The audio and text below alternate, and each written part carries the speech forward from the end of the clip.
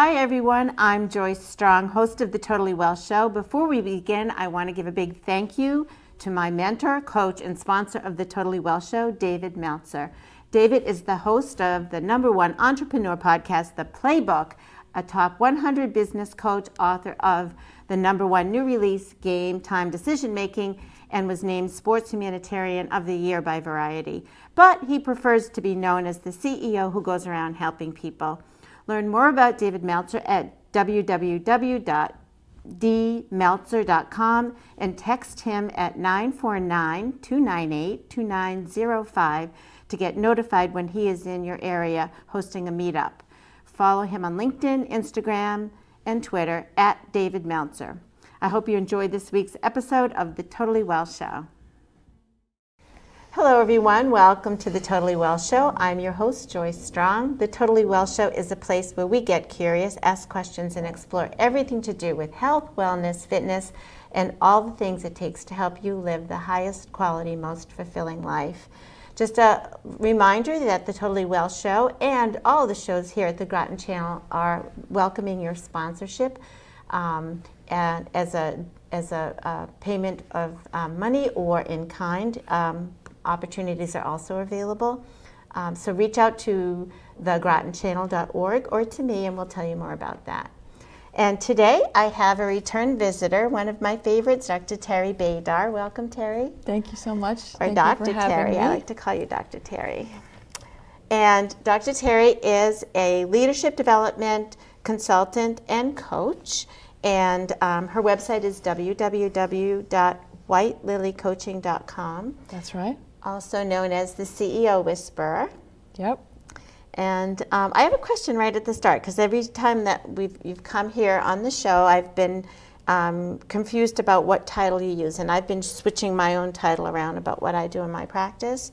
So what does a leadership development consultant and coach do different from, say, an executive coach or a business coach, some of those other general terms I've heard? Basically, the leadership development part is something that is more internal. It's more of an internal journey. It's more a personal development. Ah, okay. If, for example, a lot of executive coaching might do something like what we call a 360. Mm-hmm. And they're going to ask you, people around you, to give input as to what you're doing well, what you're not doing well as an executive or as a leader, with your team, with interpersonal relationships, those sorts of things. And they'll take that critique and try to adapt to the critique and maybe have a 60-day plan about what they're going to do differently. That's a lot of exterior stuff, right? Yeah. That's a lot of, I have to comply to this thing out here. That's not real leadership development in my sense of what I do. Leadership development is knowing how to decide from the inside, be empathetic, be vulnerable sometimes, think from a more higher plane about what's happening in the bigger picture, and what does this person need, what does that person need, and doing it from a very personal standpoint. And so I help people develop themselves from the inside and to become more fulfilled and to reach their full potential as a human being rather than just complying to what needs to be done. So if it's not so connected to a position at a company where they might be an executive, but more, oftentimes I think once you get to a high level, you have no one left to talk to. Right, exactly. And to help you to grow. And so you have something else inside you driving for greater things. Yes. Yeah. And that's also something why I work so much with C-suites, CEOs, CTOs, CFOs, is because they have nobody to talk to that can raise them up or push them or hold them accountable. Or who's not afraid of them. Who's not afraid of them, who doesn't have some kind of vested interest in the back of their mind or some other kind of agenda. My agenda is their fulfillment and their success. So I love that. I'm on their team no matter what. Yeah. Yeah. No matter what happens, Yeah. I'm by their side. I'm glad I asked that question. It Good. just seemed like such an obvious thing, but it wasn't obvious. So thank you for that. I think it's confusing for a lot of people. Yeah. Well, just the word coach itself is thrown out there, and Yes. the different levels of education that we have. Like you have a very different background Oh, yeah. than I have, and we both call ourselves coaches. And we both have a similar angle. True, but you're a doctor of divinity, right? Is that Right. So that's a very big difference, and the education just under that one piece, and Yeah. we just happen to be cool people in common. There you go. So today, you brought in a topic for us that will be very helpful for me personally, and for me working with my clients, and hopefully to our listeners, and that is dealing with resistance. Absolutely. Yeah. It's every single day, all the time. So one of the things I've been giving to my clients recently is this little book. Yeah. It's The War of Art. Yeah. Author is? The author is Stephen Pressfield. Now, he's mostly a fictional author, but he describes his process in overcoming his own demons. Yeah. And it's so lovely because some of the pages are just boom, boom. So quick bullet points. A quick, straight to the point. Yeah. And he takes all of our inner demons and he puts them under one label, resistance. Okay. And I love that because I tend to break it all down and be a little bit too expert about it because I study behavior. Yeah. And the way he's done that, he just puts everything in one bucket. And it allows a lot of people who are starting out on this journey to just say, oh, that's resistance, and to recognize it and not have to pinpoint, oh, that's this kind of resistance or that kind of resistance. He just dumps it all in. And I think there's so much. Now, he talks a little bit about overcoming the resistance. I think that we could talk about that a little bit more today. Okay. And I wrote down a few things that happen. And I know you have this yourself. I have this. Everybody on the planet has this. Yeah. Your clients have this. My clients have this. It's for everybody. Yeah. Why do you think we have resistance? Oh. What do you think? Why did we evolve to be doing that thing? We have resistance because we're seeking comfort. There's a part of it's our id or our animal self or whatever. Or safety? Yes. Yeah. Okay. Yes. It's like the lower echelons of Maslow's hierarchy. Yeah. If you have that, I like to name it your saboteur. Okay. It's seeking stability. It wants stability. It doesn't want anything to change. It wants to lay on the couch and have popcorn and not go anywhere and not even go to the gym.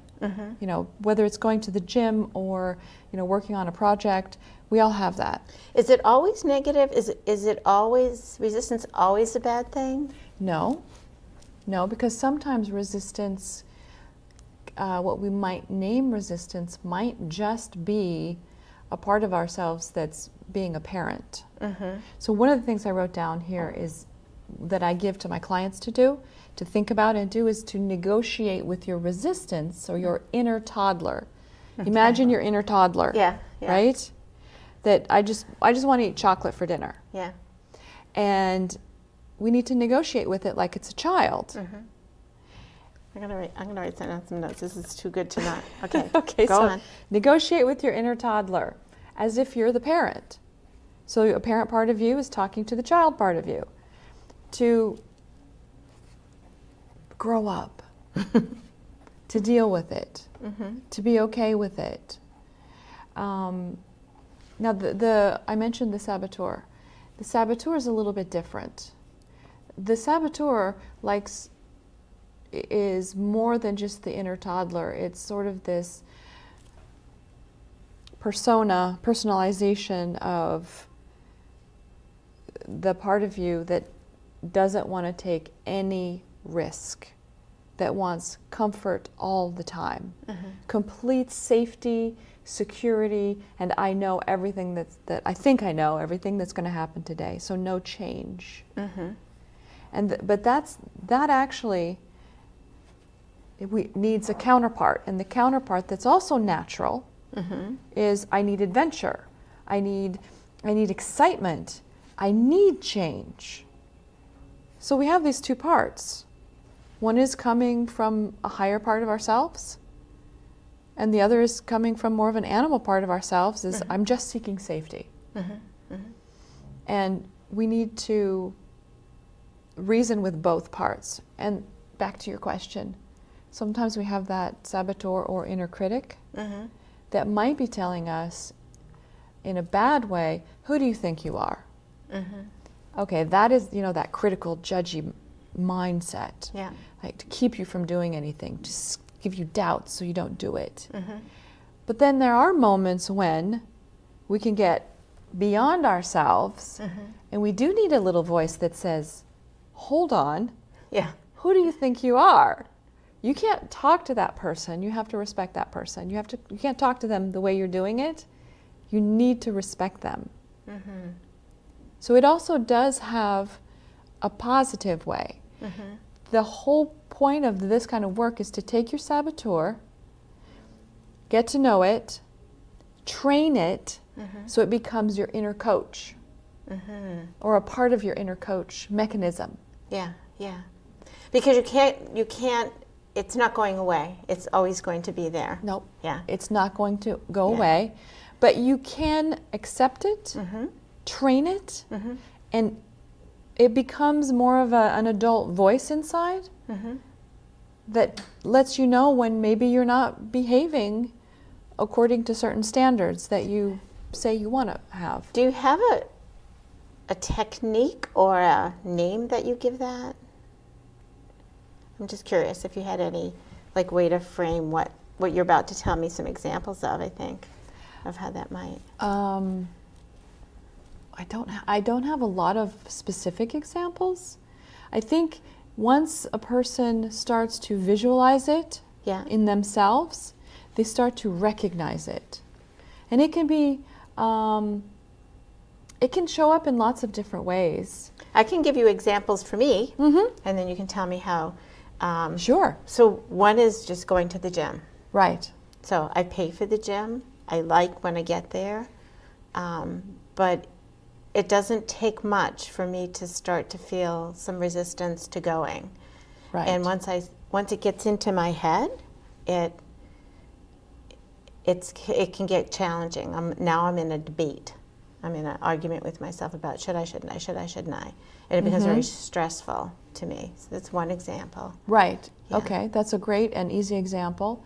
What I do for that kind of situation, my suggestion with that is to create kind of a background music around who do you want to be, and what are you willing to give up to become it. Okay. So if you're willing to give up TV time to go to the beach, not the beach, but the gym, then you're actually moving towards your goal. If you've decided that that's who you want to be. So are you saying, is it like that, I've heard this term before, lean into the resistance? I don't know if that's really leaning in. I think that's more stepping out of the binary conflict of go to the gym, not go to the gym. If you throw that question out and instead say, who do you want to be? Which of these choices is going to... So you change the question. Yeah. You There change you go. the question. You take it you look at it from a third point of view, from an outside. Well, now you've got me looking at my vision, my longer term vision, my bigger dream. Right. I want to be 18% body fat. Okay. I want to be able to button my jacket. Okay. Right. Yeah. So whatever that is that you're reaching for, you get to look at it. Yeah, I like that. Yeah. So so that's why I do so much work on purpose and mission, understanding who do you want to be? Where does that fit in with this bigger, the Well, saboteur purpose and mission? So it's kind of a three-step process. You get a purpose, a mission. You're asking yourself on a regular basis, who do I want to be? Mm-hmm. You have to think about it. You have to stop and think about it. Maybe you Is that that's your purpose? Is that who do I Yes. want to be? That question. Yeah, who do I Okay. want to be?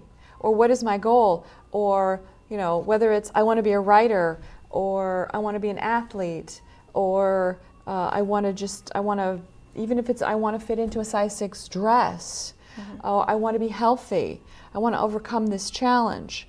Even those, it doesn't have to be your whole full life mission, but who do I want to be helps keep putting you back in that place. So step 1, have a sense of who you want to be. Mm-hmm. Step 2, what are the boundaries and goals? Mm-hmm. Boundaries meaning, what are you willing to give up? Will you give up the TV time, laying on the couch time, to go to the gym and sweat it out? I like that concept of what are you willing to give up, because it implies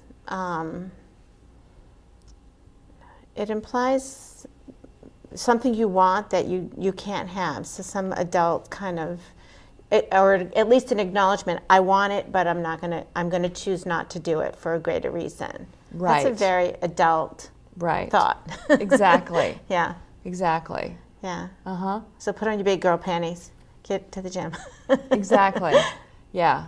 And that's where so step 2 is having your goals and also your boundaries. Mm-hmm. And the boundary meaning, I'm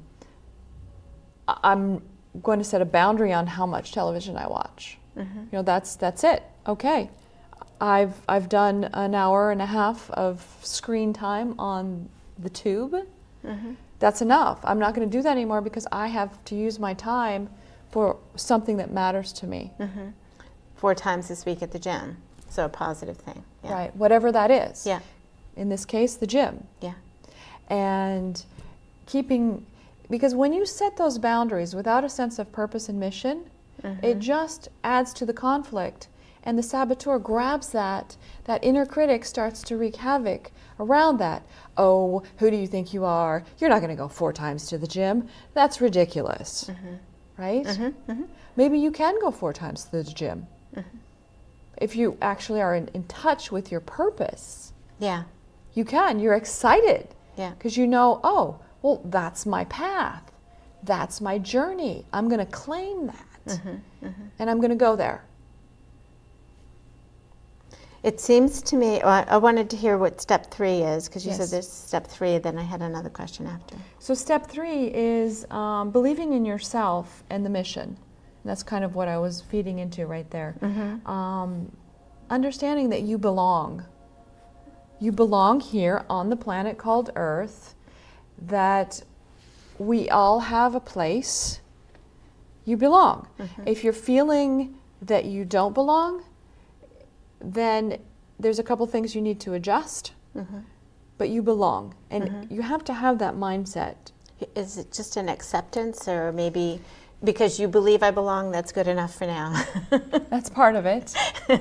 But we tend to put ourselves, again, that's the saboteur who gets a hold of us and doesn't want us to go further on our evolutionary journey. Yeah.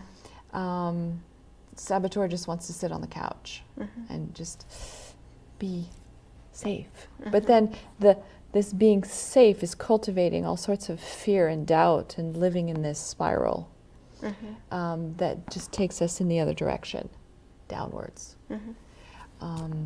So believing that you belong can also sort of unhinge that a little bit. No, I belong in the world.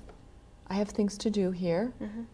And when you know you belong, you can also talk down your saboteur, like the inner critic or the we call it saboteur, or inner child, whatever, or inner toddler, whatever you want to, however you want to picture it. It's all part of that, pulling down force. Whereas you want to be with you want to merge with that force moving up. towards something more. And David Meltzer mentions that, I think, in how fast we vibrate. He uses it. Yes. Like the truth vibrates the fastest, he says. Yeah. Yeah. Yeah. Yeah. It's that's interesting. I didn't know that. Yeah. Yeah. That's one of the things he says often. My question back, now that I understand the 3 steps, that process is, it for me and also for people I coach, sometimes I'm coaching somebody who I think is at a very high level in business, in their life. They're very intelligent, way smarter than I am, and yet they need, it seems like from one week to the next. I just saw you last week and you've forgotten this? Like, how much do we have to remind ourselves or get this to, is it practice? What is it? That's a couple of good things there. Yeah. You get what I'm saying, right? I do It's get just what you're saying, because I have this, I work with CEOs, and they're very busy. They're accomplishing so much. They're like this, kind of like an octopus with all these delegating arms and things going on, right? Yeah. But the problem is the actual delegating arms. Sometimes for people who are high performers, they're out here doing all of this. This they understand. They understand moving things around and making stuff happen. Yeah. What they're not looking at is this. They're not checking in with their feelings. They're not listening to their body. They haven't developed that part of themselves. You're absolutely right. So I find people who are, I work with super performing individuals. I mean, like off the charts. And people who are even I have a couple clients who are even ADD. And they're like, and they've used their ADD to go to advantage, to advantage, because they're like, you know, it's like Superman or Wonder Woman. They get so much done in a day. It's like, oh, wow. That's another David Meltzer trait, by the way. Right? He's a master of his calendar. He can cram so much in. Yeah. But there's another side to life, which happens inside us, which is it's the energy source of who we are. If we start to ignore our body, we don't refine our listening and our sensitivity to our mind, to our body, to our thoughts, to our feelings, to get to know ourselves inside ourselves, that's a slippery slope. And have our needs met. Right. Yeah. So that can come out in all sorts of behavior. But it seems to me that this stuff, the arms, it was a great image, the octopus, like, but it can keep you out there so that because this felt like vulnerable, scary, and if you haven't ever dealt with that. Right. Yeah. Yeah, so in what I do, I deal sometimes with what we call empty suit syndrome. Ooh. Right? I've never heard that term. Yes. Yeah. Empty suit syndrome is somebody walking around doing everything out here, but they've completely lost touch with themselves. And emotional intelligence has 4 pillars, 4 traits. The first is self-awareness, and the second is self-regulation.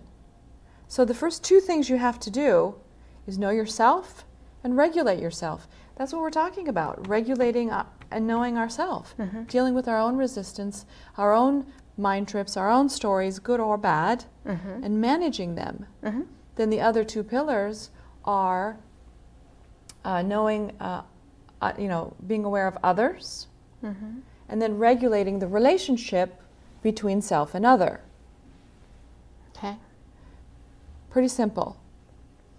But if this is what you're doing out here all the time, and you're not spending any time or energy here, I like to call it like the longest 18 inches on the planet between the head and the heart. Yeah. Because it's so much work that we forget about. If you're not doing this, you've got no first-hand experiential knowledge, know-how of what it means to be a human being. And you've got to do that. I've heard so many stories of people that have been financially, blockbusters, big success there, who are incredibly unhappy. Yes. It's like this story about the man. I heard a story about a man who was so poor, all he had was money. So. Yeah. And that can happen when all you focus on is out here. Yeah. Yeah. So what difference does it make then for people and I like how you talked about it, dealing with resistance, because it's not going away. So it's not curing it or overcoming it. You're leveraging it. Right. Yeah. You're transforming it, you're accepting it.